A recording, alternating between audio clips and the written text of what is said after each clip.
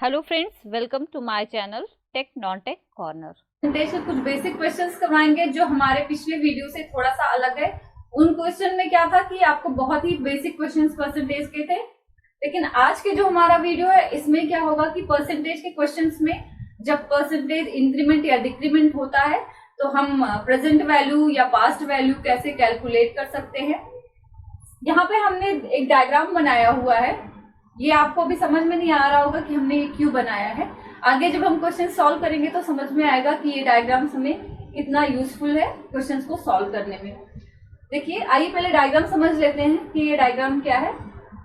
Suppose कोई भी question आपको दिया हुआ है, ये डायग्राम क्या शो करता है, ये हमारा प्रेजेंट टाइम होता है, ठीक है, ये प्रेजेंट टाइम है और ये फ्यूचर टाइम है, ठीक। और अगर हमें यहाँ पे वैल्यू दी है तो ये हमारा प्रेजेंट टाइम होगा। अगर हम बैकवर्ड जाएंगे तो हम पास्ट में जाते हैं तो ये हमारी पास्ट वैल्यू हो गई, ठीक है। अगर क्वेश्चन दिया रहे कि प्रेजेंट वैल्यू हमें कुछ सपोज एक्स दिया हुआ है, फर्स्ट ईयर y% इंक्रीमेंट हुआ, सेकेंड ईयर z% इंक्रीमेंट हुआ, तो z% इंक्रीमेंट के बाद आफ्टर 2 इयर्स क्या वैल्यू होगी, तो ये हमारा फ्यूचर वैल्यू हो गई।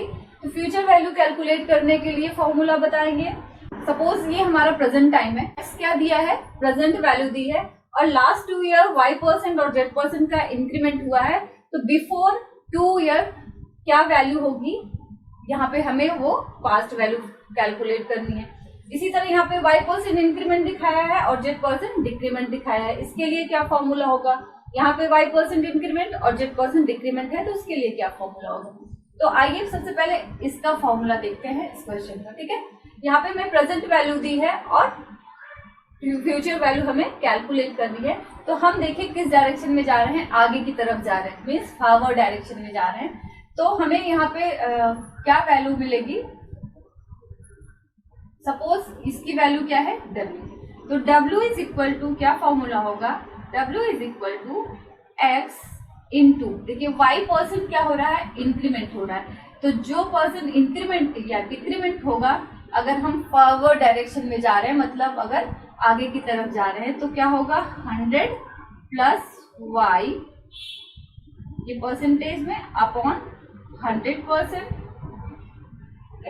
इंटू सेकेंड ईयर का भी देख लेते हैं। यहाँ पे क्या है, z% का इंक्रीमेंट ही है, तो क्या हो जाएगा 100 प्लस z% अपॉन 100%, ये क्या आ गई वैल्यू W, मीन्स ये हमारा क्या हुआ फ्यूचर वैल्यू।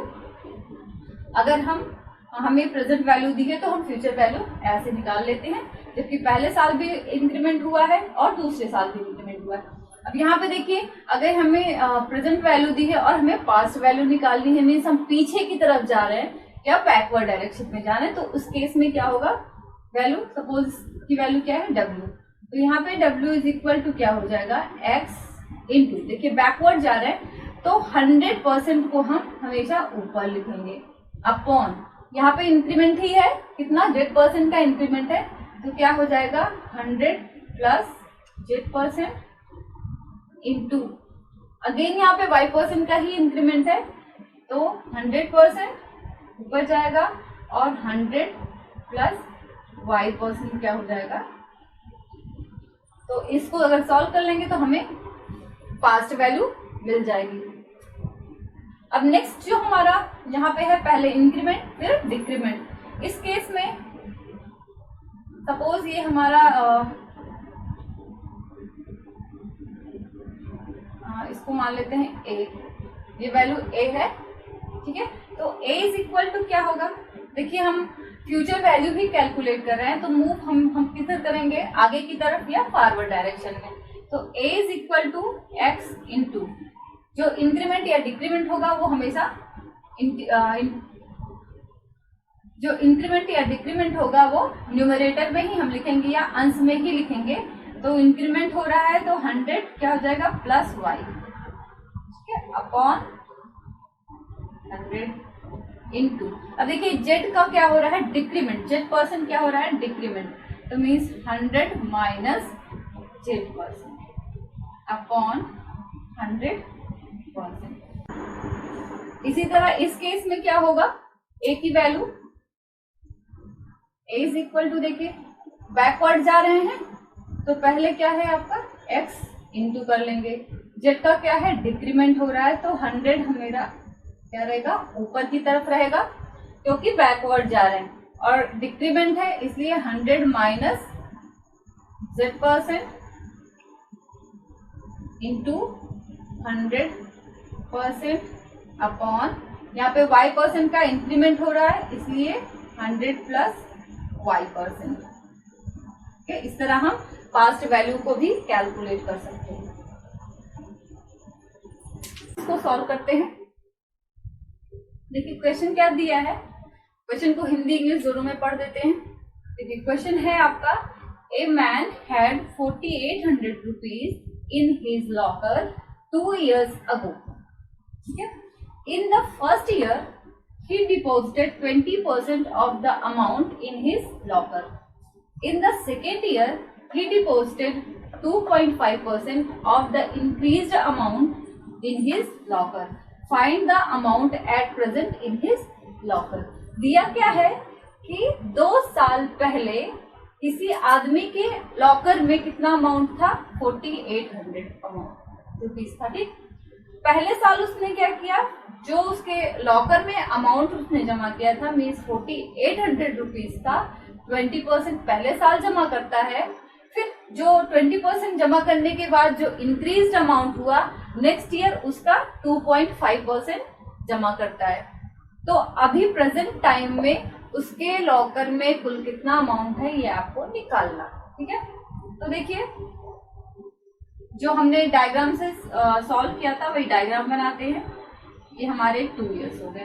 पहले साल कितना है, 20% क्या हो रहा है, इंक्रीज हो रहा है, जमा कर रहा है, डिपॉजिट तो कर नहीं, सॉरी डिपॉजिट कर रहा है, विड्रॉल तो कर नहीं रहा है, तो 20% इंक्रीज हुआ।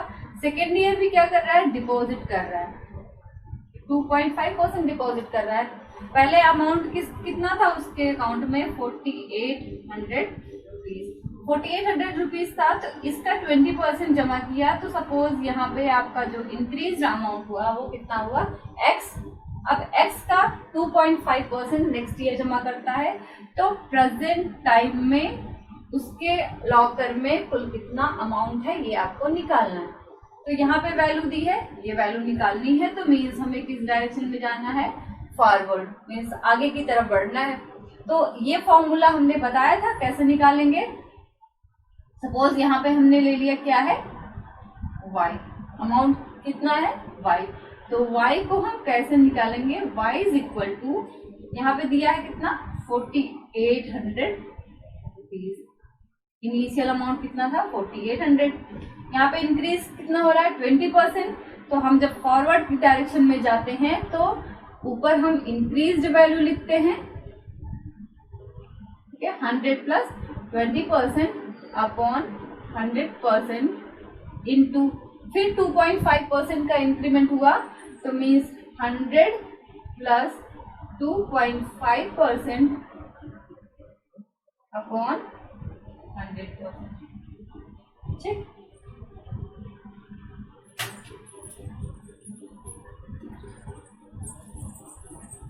अब देखिए इसको सॉल्व करते हैं, क्या हो जाएगा, y is equal to 4800 into 120% upon 100% into 102.5% upon 100%। पहले तो ये परसेंटेज वैल्यू से हम कैंसिल कर दे रहे हैं, ठीक है, ये 2 जीरो यहाँ पे है, 2 जीरो यहाँ पे, इसको कैंसिल कर दिया, यहाँ पे बचा आपका, ठीक, ये फाइनल। अब देखिए क्या हुआ, 48 इंटू 12 इंटू, इसको लिखते हैं कि यहाँ पे भी 10 बचा हुआ है, तो इसको लिख सकते हैं 10.25, okay, is equal to 48 into, इसको मल्टीप्लाई करेंगे तो ये आएगा, ये क्या आया, 12 इंटू 10.25 आया आपका 123.0। अब इन दोनों को मल्टीप्लाई करेंगे तो आएगा आपका 5904। तो पेरेंट टाइम या प्रेजेंट टाइम में उसके लॉकर में कुल कितने रुपए हैं, 5904। आइए नेक्स्ट क्वेश्चन देख लेते हैं क्या है। क्वेश्चन में है कि the present population of a town is 10,000। 10,000 है पॉपुलेशन किसकी, किसी कस्बे की। इट इंक्रीजेस, क्या हो रहा है, इंक्रीज हो रहा, मतलब बढ़ रहा है। कितना percent, by 10% during first year. Means पहले साल कितना परसेंट इंक्रीज हो रही है पॉपुलेशन, 10%। फिर उसके बाद क्या है, and decreases by 20% during second year. दूसरे साल क्या हो रहा है, 20% कम हो रही है जनसंख्या। During third year it increases, फिर से क्या हो रही है, तीसरे साल इंक्रीज कर रही है, यानी बढ़ रही है। कितने प्रतिशत, 30%। तो क्या करना है, find the population after 3 year. 3 साल बाद की पॉपुलेशन या जनसंख्या क्या होगी उस कस्बे की। तो प्रेजेंट टाइम हमें दिया गया है, कितनी वैल्यू, 10,000। ठीक है, पहले साल जो इंक्रीमेंट हो रहा है वो कितना है, 10% का इंक्रीमेंट हो रहा है। फिर 10% इंक्रीमेंट के बाद जो जनसंख्या होगी उसका क्या हो जाएगा, दूसरे साल क्या हो रहा है, 20% का डिक्रीमेंट हो रहा है या डिक्रीज हो रही है जनसंख्या। फिर तीसरे साल क्या हो रहा है, फिर से 30% का इंक्रीमेंट हो रहा है। तो 3 साल बाद, मीन्स प्रेजेंट टाइम में हम हैं, तो 3 साल बाद उस गांव या कस्बे की जनसंख्या क्या होगी। मीन्स यहाँ पहला साल हो गया, दूसरा साल, तीसरा साल, मीन्स यहाँ पे वैल्यू क्या आएगी, जनसंख्या क्या होगी। तो हम जैसे देख रहे हैं कि हमें प्रेजेंट वैल्यू दी है, फ्यूचर वैल्यू हमें निकालनी है, मीन्स हमें आगे की तरफ बढ़ना है या फॉरवर्ड डायरेक्शन में जाना है। तो सपोज ये हमारी वैल्यू क्या है, इसको हमने ले लिया x। ठीक, तो x इज इक्वल टू क्या हो जाएगा, 10,000 इंटू, फॉरवर्ड डायरेक्शन में है तो इंक्रीमेंटेड वैल्यू क्या होगी, ऊपर, और 100 नीचे। फिर दूसरे साल क्या हो रहा है, डिक्रीमेंट हो रहा है, मीन्स 100 माइनस 20% अपॉन 100% इंटू तीसरे साल क्या हो रहा है, फिर से इंक्रीमेंट हो रहा है, 100 प्लस 30% अपॉन 100%। ठीक है, तो ये हो गया आपका 10,000 इंटू 110 अपॉन 100%। परसेंट से परसेंट हमने कैंसिल कर दिया है। 100 माइनस 20 मीन्स 80% अपॉन 100%, ये हो गया 130 अपॉन 100। तो ये यहाँ पे 4 टाइम्स 0 है, इसको हमने यहाँ से क्या किया, एक कैंसिल, एक कैंसिल। अब क्या बचा, 110 इंटू 8 इंटू 13। ठीक है, 110 इंटू 8 इंटू 13। तो ये क्या हो जाएगा, देखिए 880 इंटू 13। इसको मल्टीप्लाई करेंगे तो क्या आंसर आएगा, इसको मल्टीप्लाई करेंगे तो आंसर आएगा 11,440। मीन्स 3 साल बाद उस कस्बे की जनसंख्या क्या हो जाएगी, 11,440। आइए देखते हैं नेक्स्ट क्वेश्चन हमारा क्या है। 10% of people in village having died of cholera. ठीक है, 10% लोग, किसी गांव के 10% लोग कॉलेरा से मर जाते हैं। कॉलेरा से मर जाते हैं मतलब जनसंख्या घट गई, डिक्रीमेंट हुआ, कितना, 10% का। ड्यू टू फियर, डर की वजह से 25% of remaining people left the village. जितने लोग बचते हैं उनमें से उनके 25% लोग क्या होते हैं, गांव को छोड़ देते हैं डर की वजह से। ठीक है, the population of the village is then reduce to 4,050। उस गांव की जनसंख्या घटकर कितनी हो जाती है, 4,050। Find the original number of people. ठीक है, उस गांव के ओरिजिनल नंबर मीन्स पहले शुरुआत में ही, कॉलेरा होने के पहले उस गांव में कितने लोग थे ये आपको निकालना है। ठीक है, सपोज x लोग थे उस गांव में। ठीक है, तो कालरा हुआ, तो कालरा से कितने लोग मर गए पहले साल? 10% लोग मर गए। फिर उसके बाद नेक्स्ट ईयर क्या होता है कि 25% लोग डर की वजह से उस गांव को छोड़ देते हैं। तब भी डिक्रीमेंट हुआ कितने परसेंट का? 25% का। तो डिक्रीमेंट होने के बाद अभी जो जनसंख्या बचती है गांव की कितनी है? 4000। ठीक है, देखिए अब हमें क्या निकालना है? एक्स की वैल्यू निकालनी है, मीन्स ओरिजिनल जो हमारी जनसंख्या है उस गांव की वो निकालनी है। तो देखिए हम यहाँ से यहाँ जा रहे हैं, मीन्स पीछे की तरफ जा रहे हैं या बैकवर्ड डायरेक्शन में जा रहे हैं। तो हमने फॉर्मूला बैकवर्ड डायरेक्शन का भी बताया था। सपोज एक्स जो हमें ओरिजिनल जनसंख्या है वो ले लिया is equal to present time में जनसंख्या कितनी है? 4050। अगर बैकवर्ड चाहते हैं तो 100% को हमेशा ऊपर लिखते हैं, 100% लिख दिया, अपॉन नीचे क्या लिखेंगे? डिक्रीमेंट या इंक्रीमेंट वैल्यू। तो 100 कितना है? 25% का क्या हो रहा है? डिक्रीमेंट हो रहा है। तो यहाँ पे हमने लिख दिया 25%। फिर दूसरे साल 100% और 10% का डिक्रीमेंट, तो 100 माइनस 10%। ठीक है, अब ये देखिए x इज इक्वल टू क्या हो जाएगा? 4050 इंटू 100%। से परसेंट हम कैंसिल कर दे रहे हैं। 100 माइनस 25 क्या हो जाएगा? 75 इंटू 100 अपॉन 90। ठीक है, इसको यहाँ पे कर देते हैं। अब देखिए 9 से ये कैंसिल हो जाएगा। कैसे करते हैं? कोई भी डिवीजन कैसे चेक करते हैं? 9 का डिवीजन कैसे चेक करते हैं? अगर इसका सम 9 से डिवाइड हो गया तो ये नंबर भी आपका 9 से डिवाइड हो जाएगा। देखिए 5 + 4 9। ठीक है, यहाँ पे 9 से डिवाइड हो जाएगा। तो क्या हो गया? 9 9 चौ 36, 4 बचे, 9 बचे 45, ये कैंसिल हुआ। अब देखिए जब 15 से आप काट में 15 बचे,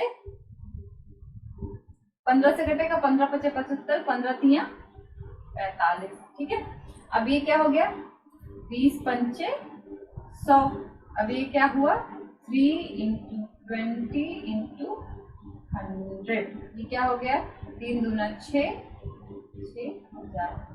मीन्स ओरिजिनल जनसंख्या उस गांव की 6000। नेक्स्ट क्वेश्चन में क्या बोल रहा है? During 1 year the population of a town increase by 10%। पहले साल में किसी गांव, किसी कस्बे की जनसंख्या क्या हो रही है? 10% बढ़ रही है। एंड ड्यूरिंग नेक्स्ट ईयर, उसके अगले साल क्या हो रहा है? डिक्रीज हो रही है। कितने percent? 10%। If it has 29,700 people at present time में उसके पास कितने लोग हैं? 29,700 लोग अगर प्रेजेंट टाइम में हैं। Then find the number of people 2 years ago। 2 साल पहले उस कस्बे की जनसंख्या क्या थी, ये आपको निकालना है। तो सपोज 2 साल पहले जनसंख्या कितनी थी? x थी। पहले साल कितना इंक्रीज हुआ? 10% पॉपुलेशन इंक्रीज हुई। फिर उसके बाद दूसरे साल क्या होता है? उसके नेक्स्ट ईयर 10% डिक्रीज हो जाती है। तो इंक्रीज और डिक्रीज होने के बाद प्रेजेंट टाइम में जो आपका पॉपुलेशन होता है वो कितना है? 29,700 उस कस्बे की पॉपुलेशन है। तो हमें क्या निकालना है? x की वैल्यू। मीन्स हम बैकवर्ड डायरेक्शन में जा रहे हैं या पीछे की तरफ जाएंगे। तो क्या फॉर्मूला होगा? x इज इक्वल टू क्या करते हैं? 100% को हमेशा ऊपर लिखते हैं, अपॉन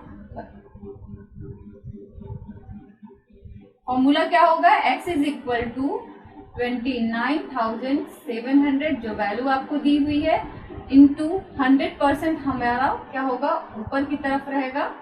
और जो इंक्रीमेंट या डिक्रीमेंट है वो नीचे की तरफ, -100 माइनस 10% आपका नीचे की तरफ इंटू 100% अपॉन 100 प्लस 10%।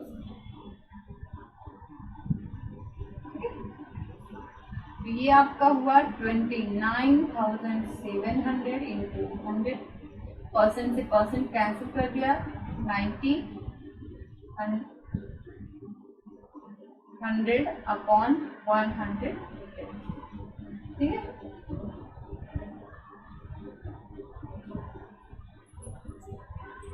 अब देखिए ये वैल्यू 9 से कटेगी। कैसे चेक करते हैं किसी भी नंबर का डिवीजन? 9 से अगर चेक करना है हमें तो इसकी जो नंबर है सम उसको क्या होना चाहिए? 9 से कटना चाहिए। तो 9 तो 11 7 18, 9 दूना 18 मीन्स 9 से ये कैंसिल हो गया। 9 कम 9, 9 त्रिक 27, 2 9 त्रिक 27। अभी 11 3 35, 300। ये क्या हुआ? 300 इंटू 100 मीन्स ये कितना हुआ आपका? 30,000। क्या थी जनसंख्या 2 साल पहले? 30,000 टोटल उस गांव की या उस कस्बे की जनसंख्या 30,000। नेक्स्ट हम जो क्वेश्चन कराने जा रहे हैं वो थोड़ा सा हटके है जो हमने इसके पहले क्वेश्चंस कराए थे। आपने देखे होंगे कभी क्वेश्चन ऐसा पूछता है परसेंटेज में कि सपोज ए की सैलरी और बी की सैलरी में कोई रिलेशन देते हैं कि ए की सैलरी सपोज 8% ज्यादा है या कम है बी की सैलरी से, तो बी की सैलरी कितनी ज्यादा या कम होगी ए की सैलरी से। तो उसको किस तरह सॉल्व करते हैं आइए देखते हैं। सपोज ए की जो सैलरी है वो 20%, ए की सैलरी 20% क्या है? ज्यादा है किससे? 20। तो बी की सैलरी कितनी % कम होगी? बी की सैलरी निकालने के लिए क्या होगा? परसेंटेज जो आपका ज्यादा दिया, सपोज ज्यादा दिया है ए की सैलरी कितनी? 20% ज्यादा है किससे? बी से। तो बी की सैलरी कितना % कम होगी ए से? उसको निकालने के लिए क्या होगा? यहाँ जो आपको परसेंटेज दिया है वो लिख दीजिए अपॉन 100 प्लस, अगर ज्यादा है तो प्लस हो जाएगा इंटू 100%। ठीक है, तो ये आपको वैल्यू निकल आएगी। तो क्या हो जाएगा? ये आपका परसेंट से परसेंट कैंसिल हो गया। ये 20 120 पूरे 100%। तो ये आपको कैलकुलेट हो जाएगा। 2 6 12, ये हो गया 2 3 6, ये 50। तो ये क्या हो गया? 50/3%। बी की सैलरी कम होगी किससे? ए से। ठीक है, अगर यही दिया रहे कि ए की सैलरी बी से 20% कम है तो कैसे निकलेगा? बी की सैलरी कितना ज्यादा होगी ए से? 20% बटा 100 माइनस 20% जुड़े 100%। ठीक है, 50% कैंसिल हो गया। 20/80 जुड़े 100, 20 चौक 80 और ये 25। तो कितना हुआ? कितना ज्यादा होगी बी की सैलरी ए से? 25%। ठीक है, इस तरह के क्वेश्चन को ऐसे सॉल्व करते हैं, बहुत ही इजी तरीके से हो जाएगा सॉल्व।